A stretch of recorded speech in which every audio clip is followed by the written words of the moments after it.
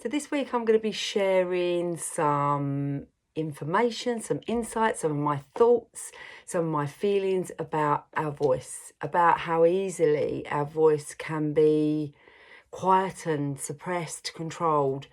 And it feels like an important subject for me to get some things, my feelings about this out there to you guys. I've got some stuff in there. I've got my own experiences. I've got some of my clients' experiences. And so it feels like something I want to really share and to see if it's these things have affected me and other people that I come across. It might have affected more of you, so it might help. Say when I'm doing my Reiki, the chakra that I get to that is the most stuck or quiet or not vibrating as much is the throat chakra. And that can be if we are suppressing some of our things that we want to say.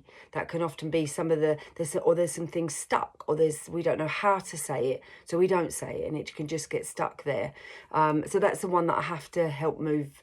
I've realised now through my counselling journey that my voice was quietened a few times. And in counselling, it's not about somebody blaming somebody else. It's about recognising something that you may have got from past experiences and how they're still in place in our day-to-day life. And what I've realised, one of the things I've realised was even back from my childhood, which was lovingly done. I don't know how many of you have experienced something similar, but we had to eat all of our dinner. I had to eat all of my dinner. I didn't have a choice. So therefore my voice was taken away from me. It just was how it was then in our house. And I'm not sure if any of you can relate to that, but I had to eat what was given to me, whether I wanted it or not. I couldn't I wasn't allowed to make a choice. I wasn't allowed to use my voice, or I didn't realise I had a voice that I could say, actually, I don't like this, or actually I'm full and I don't want to eat anymore.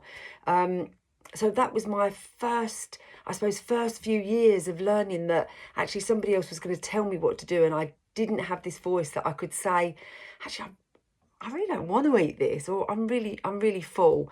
So that was my first, experience of my voice and choices being quietened down and not being encouraged to come out.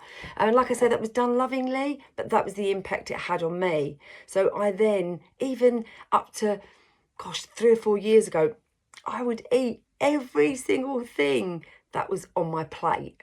I didn't even think that there was another way, that I had a choice, that I could leave this food.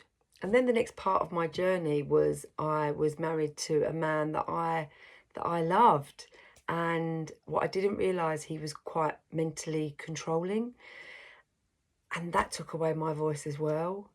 And for 11 years. So although I look like this really happy person now, and I am, and I look like sometimes I know that I've got all my stuff together and I'm really confident, there was times when I wasn't. There was times in my life when I really wasn't, and I really struggled, and through that marriage I couldn't put my hand up and say, actually, I don't like this. This is not sitting right. So again, I lost my voice. So I went from childhood to a marriage where I just didn't know that I had this voice, that I could express what I wanted. It doesn't have to be in a relationship that we can lose our voice. It can be in a job. It can be in a friendship. It can be in a group setting. It can be in a group where you've got a hobby that you love, but actually you don't know how to express your needs. You don't know how to say. You don't know how to use this beautiful thing that you've got here because you haven't done it in the past, or you don't know how to. That really helped me change, my first, I think, experience of realising, oh God, I've got this voice that I can use and I'm allowed to use it, was, strangely enough, Oprah Winfrey shows.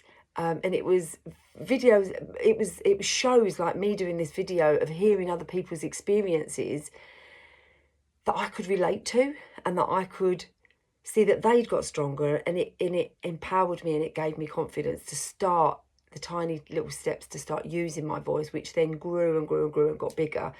So that, I think, is the reason for me wanting to share some of this stuff this week, is to, if there's any of you out there that are, and it could be if there's any of you out there that are struggling to use your voice, which I know from my counselling and Reiki room that there are, you might hear something within my stuff this week that is going to make you take that first step of expressing your needs, and you're using your voice to share your needs with somebody. One of the reasons I went into counselling, that I now realise, is that not having that voice had a really, really big impact on me. And I feel really passionate about other people knowing they have got a voice net there, knowing that they have got choices, knowing that they're allowed to express their voice. It hasn't got to be in an angry way. It hasn't got to be in a shouty way.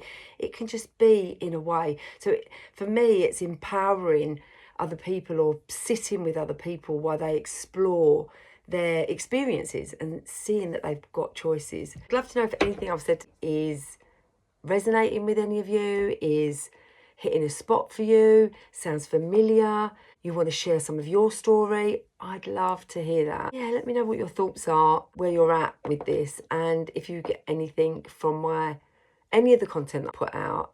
It's all given with love. It's all given from my own experiences and experiences of people that I've come across, and I hope it can help some of you, one of you, any of you, on the journey that you're on.